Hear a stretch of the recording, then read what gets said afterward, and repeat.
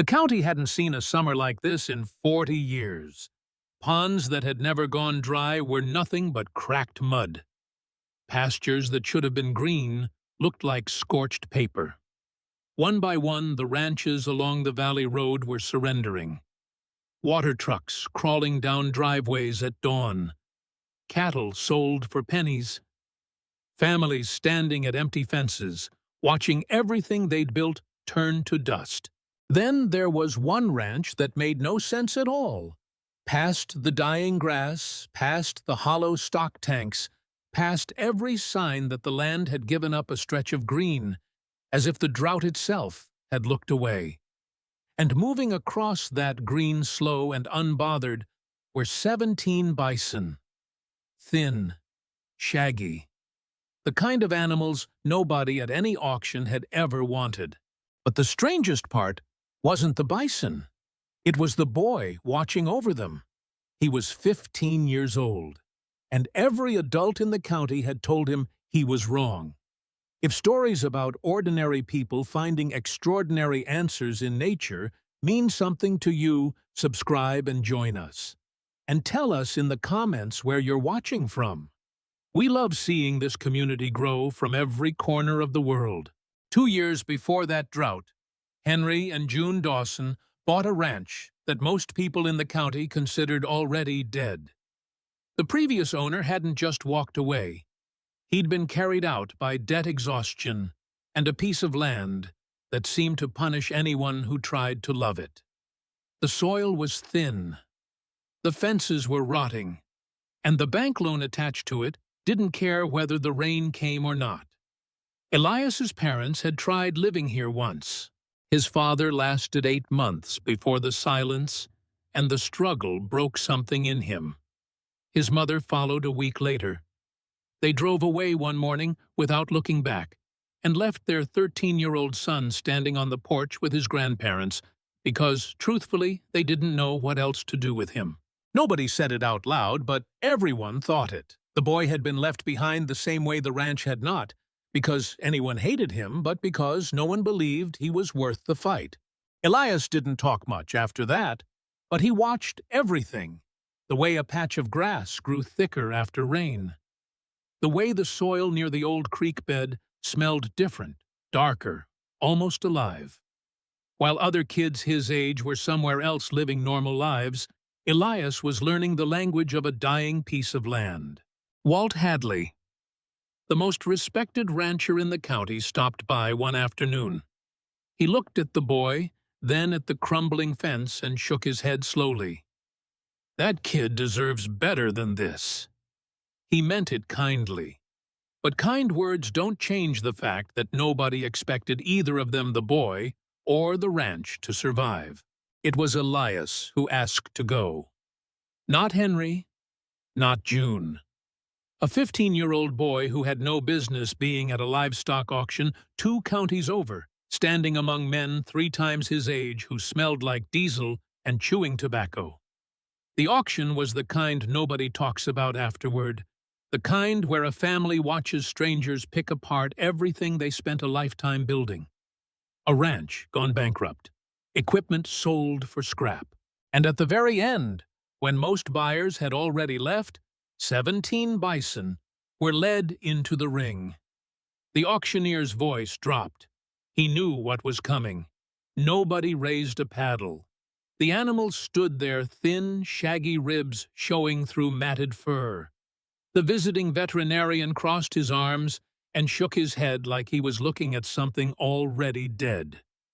A rancher in the second row laughed loud enough to echo off the metal walls. "Wouldn't feed those things to my dogs." Elias didn't hear him.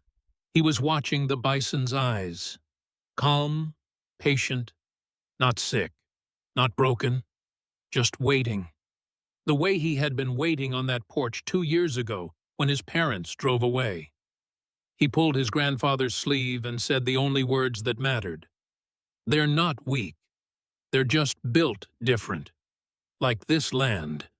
Like us." Henry Dawson looked at his grandson, this quiet boy who barely spoke 10 words a day, and for the first time in 2 years saw something in his eyes that looked dangerously close to certainty.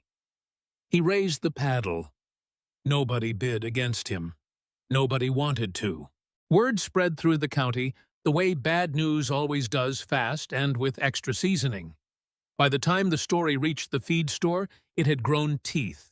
An old man and his teenage grandson had blown their savings on 17 animals that looked like they belonged in a museum, not a pasture. Someone started calling the Dawson place the Bison Circus. Within a week, everyone was using it. Kids at school said it to Elias's face. Adults said it behind his back, which was worse. It happened on a Thursday afternoon at the feed store. Elias had driven there with Henry to pick up mineral salt for the bison. Henry went to talk to the clerk. Elias stood by the register alone, a 50-pound bag balanced against his hip, trying to look like he belonged. 3 ranchers were leaning against the back counter.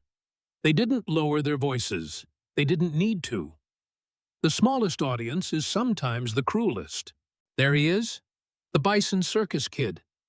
The tallest one took a sip of coffee without breaking eye contact. "Tell me something, son. When winter comes, and those things start dropping, what's the plan? You gonna feed 'em dreams, laughter, the kind that bounces off concrete floors and tin walls and follows you to the parking lot?" Elias didn't turn around. His fingers went white around the bag of mineral salt.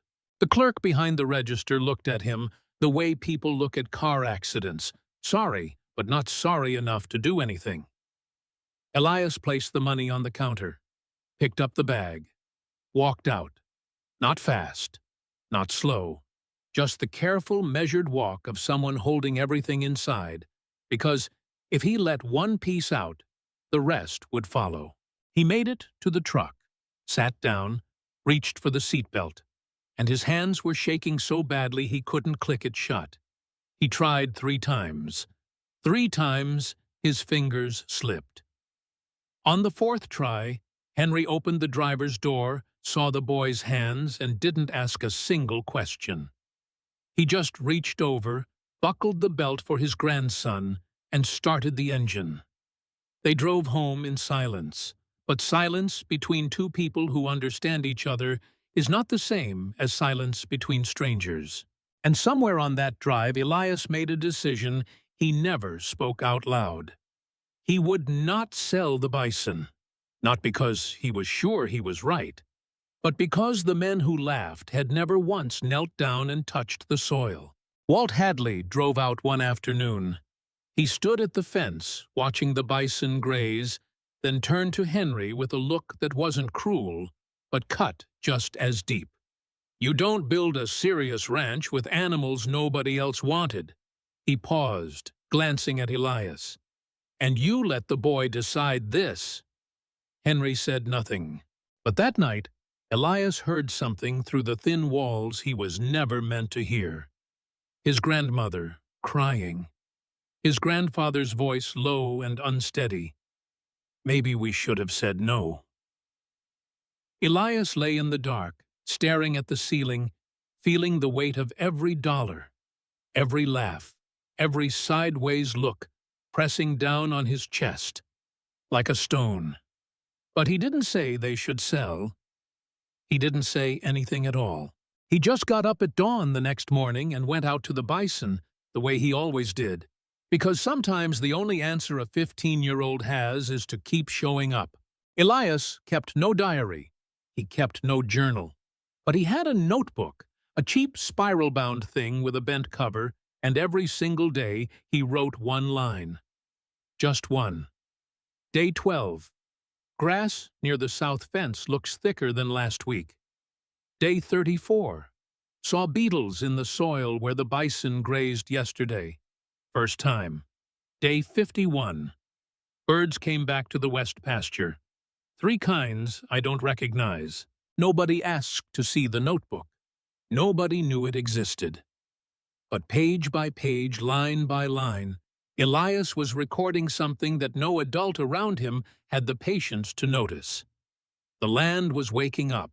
Where the bison grazed, the grass grew denser than anywhere else on the property.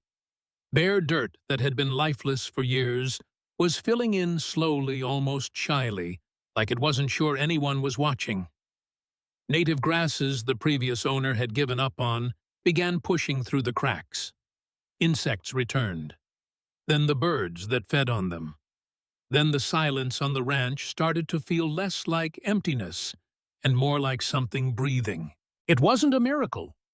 It was biology doing exactly what biology does when you stop fighting it. Deep roots holding moisture. Rotational grazing mimicking the ancient rhythm of wild herds. Bison manure feeding the invisible world beneath the surface. Fungi bacteria, the microscopic army that rebuilds soil from the inside out. June noticed first. She knelt in the west pasture one morning, pressed her hand into the earth, and looked up at Elias with an expression he had never seen on her face before. "How did you know?" Elias shrugged the way 15-year-olds do when they don't have words big enough for what they feel. "I didn't know. I just watched." Hope is a dangerous thing on a ranch. It makes you forget that the land doesn't owe you anything. The Weather Service issued the warning on a Tuesday. Elias remembered because it was the same day he'd written his most optimistic notebook entry, yet day 87. Soil in the north pasture holds water 3 days longer than last month. He closed the notebook that evening and didn't open it again for weeks. The drought came exactly as predicted. Then it kept going as if prediction was just the opening act, and the real performance hadn't started yet. The first ranch to break was the Millers. 3 generations on the same land gone in a single phone call to the cattle buyer. Then the Parkers. Then the Coopers. Ponds that had held water since before anyone alive could remember turned to cracked clay bowls. Feed prices didn't just climb, they doubled, then doubled again. Trucks hauled water down roads that shimmered with heat at 7 in the morning. The bank called on a Thursday. The voice on the other end was polite the way a knife is polite, clean and precise. The Dawsons were behind. The margins were gone. There was nothing left between them and failure except a piece of paper with numbers that didn't add up. The phone rang on a Friday evening. June answered it the way she answered everything that summer, bracing for the worst. It was worse than the worst. It was her son. 2 years of silence, and now his voice filled the kitchen like a ghost, walking through a door everyone thought was locked. He didn't ask how they were. He didn't ask about the ranch. He had heard about the drought from someone passing through, and he had one thing to say. "Sell the place. Bring Elias to the city. Don't let that boy rot out there the way I did." June pressed the phone against her ear so hard the plastic creaked. Her mouth opened, but nothing came out. Henry stood at the stove spatula, frozen in the air, listening to the voice of a son who had left his own child on a porch and driven away without looking back. Elias was standing in the kitchen doorway. He hadn't made a sound, but he had heard every word the way children always hear the things they're not supposed to. His father's voice, after 2 years, not calling to say, "I'm sorry," not calling to say, "I miss you," calling to say, "Give up." That night, Elias did something he hadn't done since he was 13. He walked out to the front porch and sat in the exact spot where he'd stood the morning his parents left. The wood was rougher now. The paint had peeled further, but the view was the same: the long dirt road, the fence line, the dark shape of the land stretching out into nothing. He sat there until the stars came out. And for the first time in 2 years, he let himself ask the question he'd been burying since that morning on this same porch. Was his father right? Was staying just another word for being too afraid to leave? He didn't find the answer that night. But when he got up at dawn the next morning and walked out to the Bison the way he always did, his boots hit the dirt a little harder than usual, as if he was telling the ground itself, I'm still here, and I'm not the one who runs. June stopped sleeping through the night.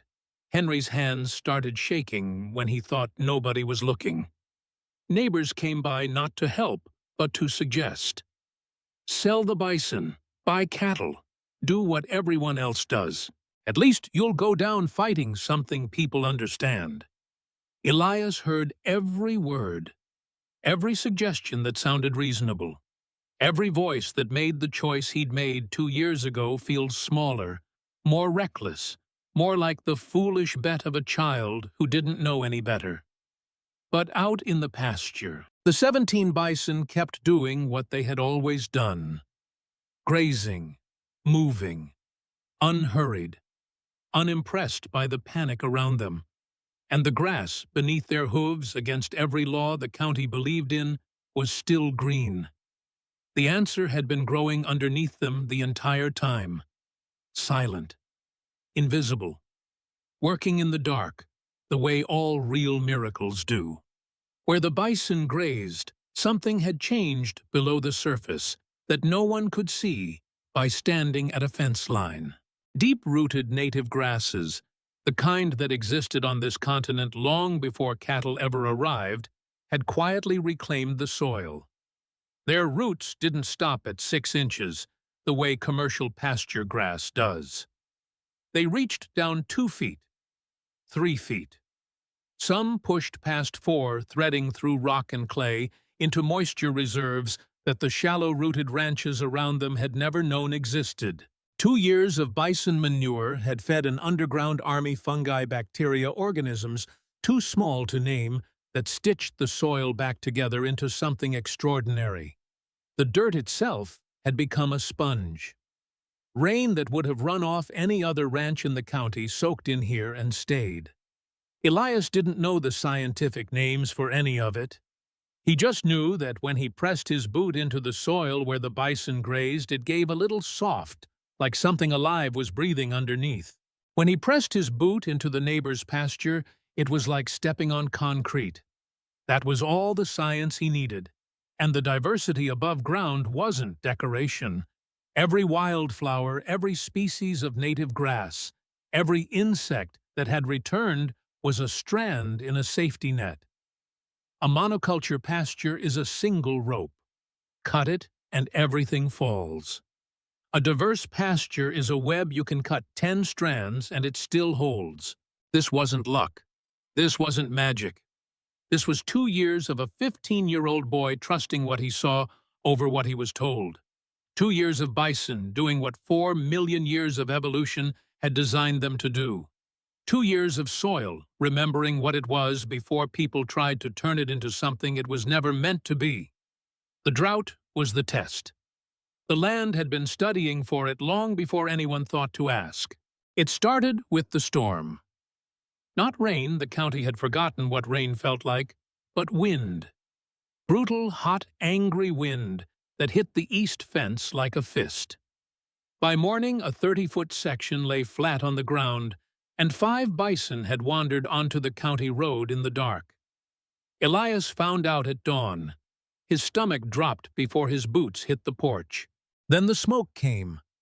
A wildfire had torn through a ranch 3 ridges over, and the sky turned the color of a bruise. For an entire day, the sun was just a dull orange circle, behind a wall of gray. Ash settled on the water troughs like snow in the wrong season. And then, as if the week had decided it wasn't finished yet, the pump failed. The one that fed water to the house, the barn, the animals, everything. It didn't slow down. It didn't sputter. It just stopped the way a heart does completely, and without warning. June sat on the kitchen floor that night. Henry stood in the doorway, looking at nothing. For the first time since his parents drove away, Elias felt the same feeling he'd felt on that porch. The feeling that everything solid was quietly disappearing beneath his feet. That night, after Henry and June had gone to bed with the kind of exhaustion that doesn't allow dreams, Elias sat alone at the kitchen table with the notebook open in front of him. He hadn't written in it for weeks. The last entry stared back at him like a promise made by someone who no longer existed. He turned to the beginning. Day 1, Day 2, Day 12. The first time the grass looked thicker. Day 34, beetles in the soil. Day 51, birds he couldn't name. Every line was a small act of faith. Every page was a day he had chosen to believe that paying attention was enough. He turned to the first blank page, picked up the pen, and wrote Day 122. I don't know if any of this matters anymore.